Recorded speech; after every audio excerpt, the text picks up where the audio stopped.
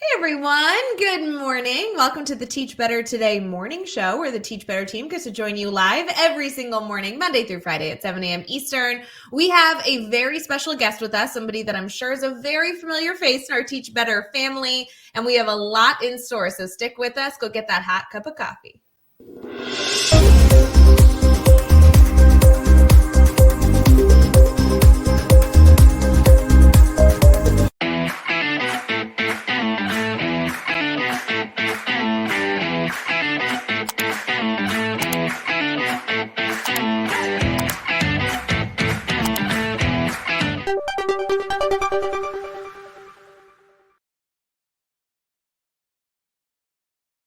Hey everyone, my name is Ray Hewart with the Teach Better team, and I'm excited to have Charles live with us here at the Teach Better Today morning show. Charles, how you feeling?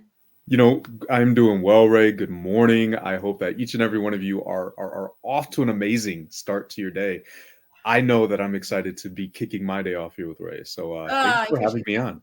Yeah, we're going to have so much fun. This is a great thing for our community to work into their morning routine. I know we've said that from the beginning since we launched this specific Today morning show back in August, but now that we're in the new year, we got to keep those good, routines going. It's February 20th. Don't lose out on those healthy routines. I appreciate those of you that are participating live with us in the comments as we stream on Facebook, YouTube, Twitter, Twitch, and LinkedIn. Charles, for those members of our community who are not aware of the work that you're doing in education, do you mind sharing a bit about your story? Yeah, sure. I'm not exactly sure where to begin. I dabble in just about a little of everything. So first and foremost, I'm an educational administrator here in Chicago. I've been doing this work for almost 20 years. It's weird to say that out loud, but very, very dedicated to this work. So much so that a few years ago, I thought, what else can I do? Right? I moved from the classroom to administration because I wanted to widen my impact.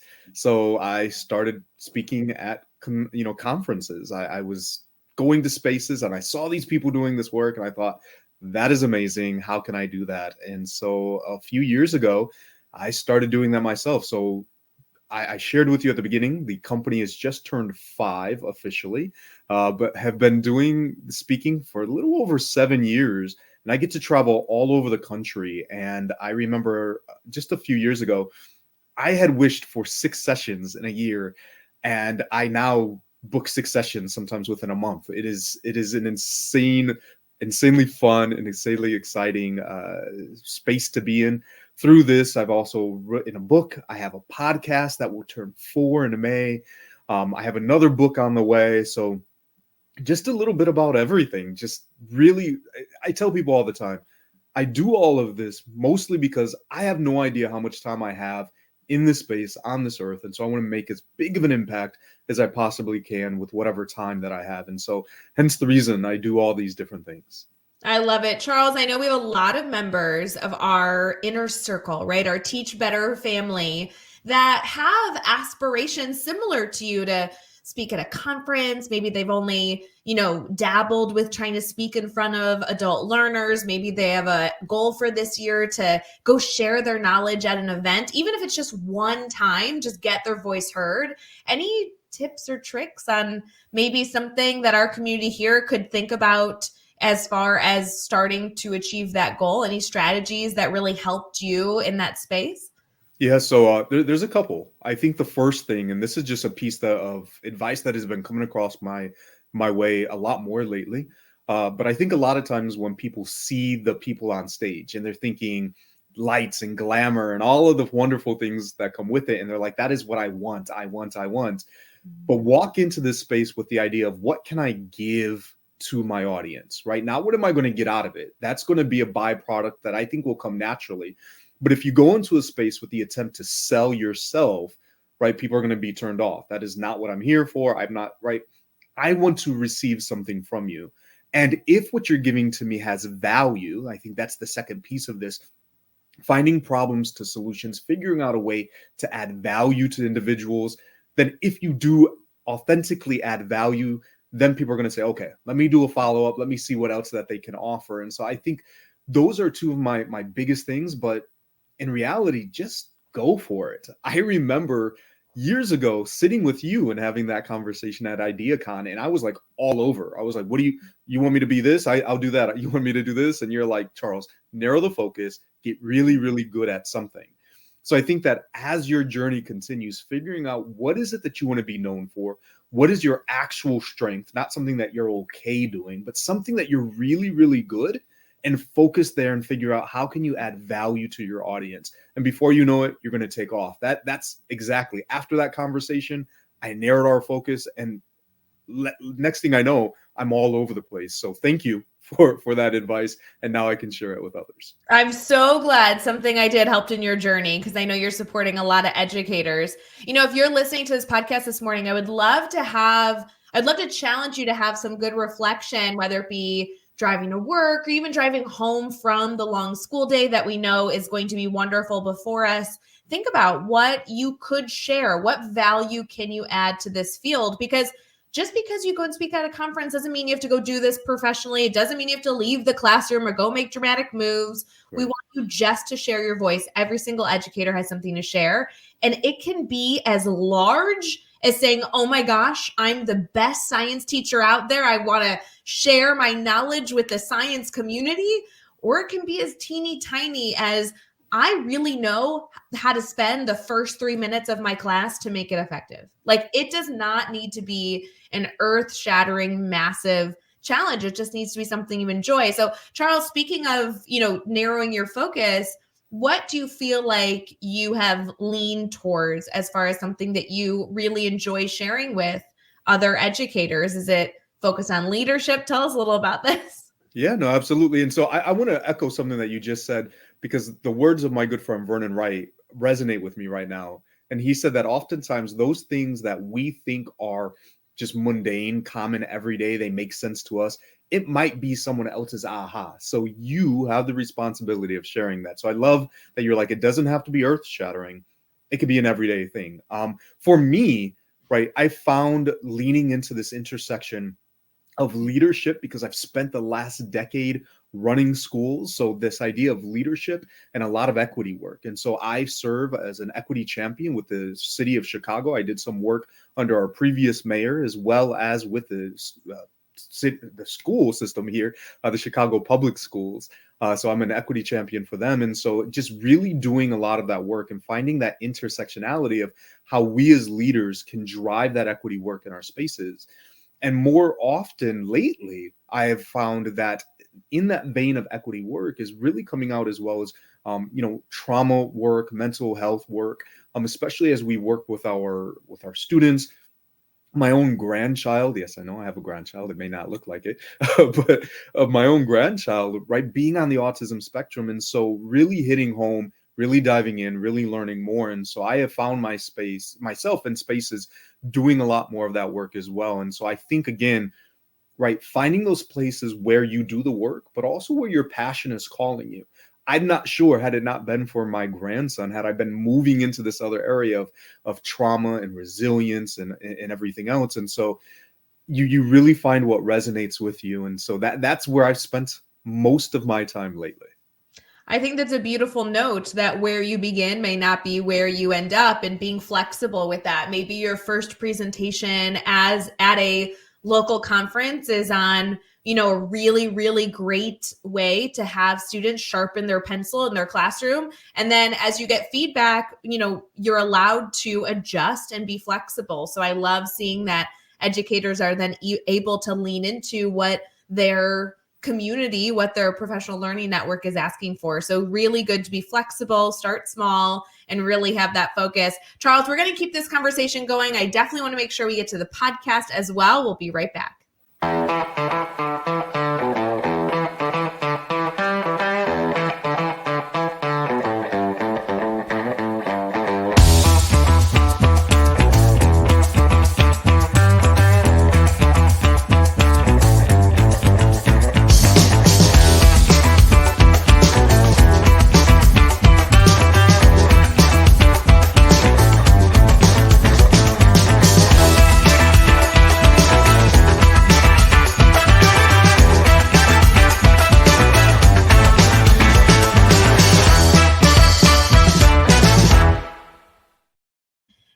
everyone. Thanks for sticking with us here at the Teach Better Today morning show. We are rolling into our team talk section of the podcast, which every single episode has an element of education that you can think through and also take with you on your day. We'll also include a challenge for you to consider, maybe an idea to keep in the back of your mind. Charles, I'd love to start this conversation off with the podcast. I mean, you have a very, very, very active podcast, and you're in the Teach Better Podcast Network, which we love giving special shout outs to those incredible podcasters. Tell us a little bit about your podcast, and maybe a few of our listeners here who have not yet subscribed to the episode can make sure they do that super soon. Yeah, so I'll be honest, I'm not sure what happened this year, but the subscribers and listenership has skyrocketed. So I'm like excited, right? Uber excited for that. But the podcast, as I mentioned earlier, will be 4 in May. So this was one of those podcast babies.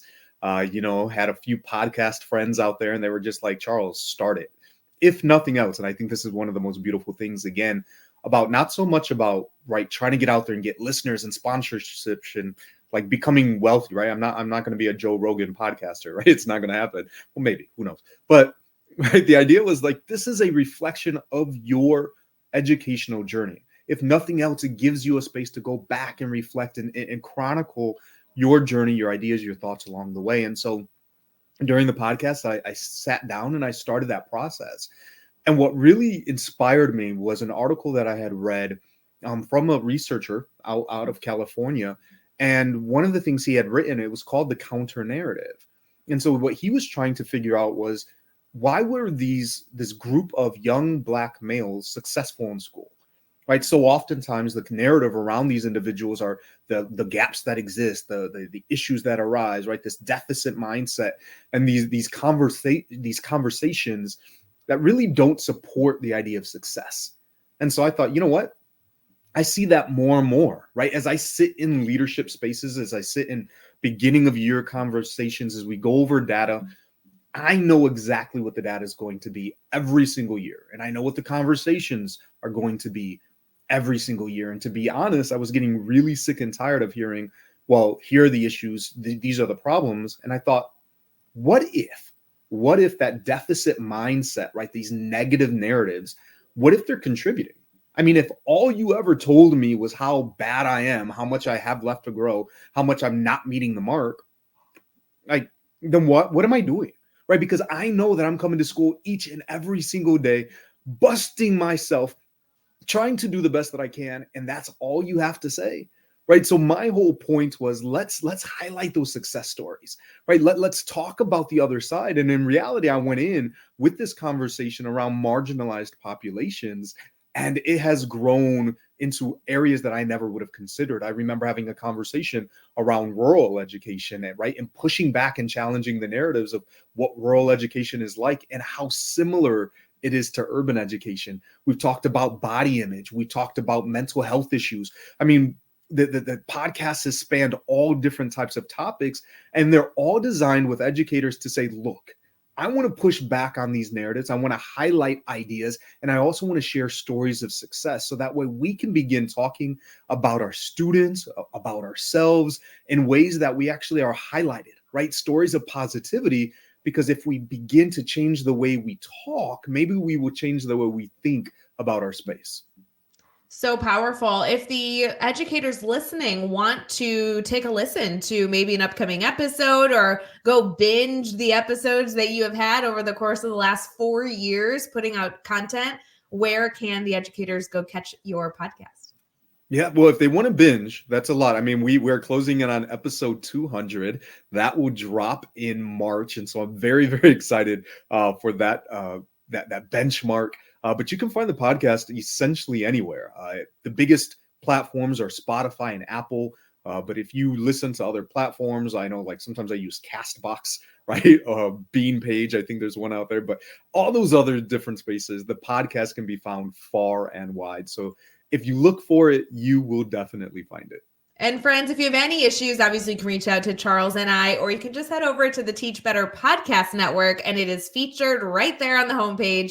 So you can take a listen and a quick subscribe. Don't forget that subscribing not only makes sure that not only allows that you don't miss an episode, but also allows for other educators to gain access to the podcast as a future suggestion. Charles, before we wrap up this conversation, I'd love for you to leave our listeners with a little challenge, piece of advice that they can take with them throughout their day. Obviously, we're headed into an incredible day ahead, but as you know, educators are stressed and they want to do the best job humanly possible. What ideas can we leave them with today?